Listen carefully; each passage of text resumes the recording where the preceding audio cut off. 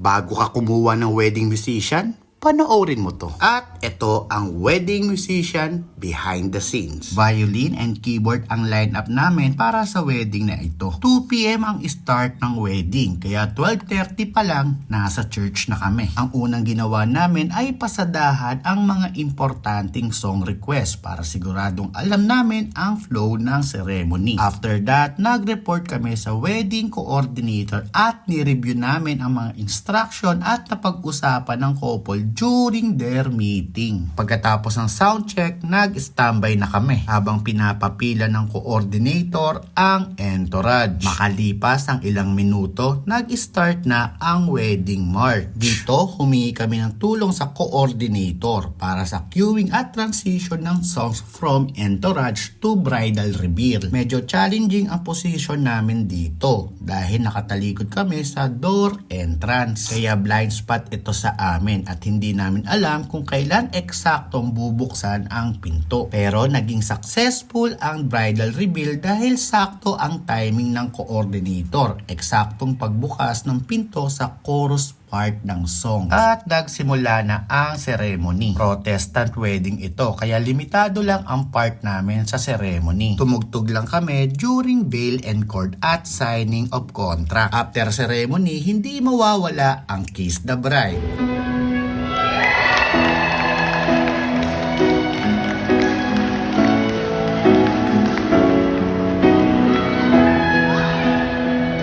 At tinapos namin ang church part sa pictorial set. Mabilis ang pack up lang to mga kabumbong dahil kailangan namin mauna sa reception.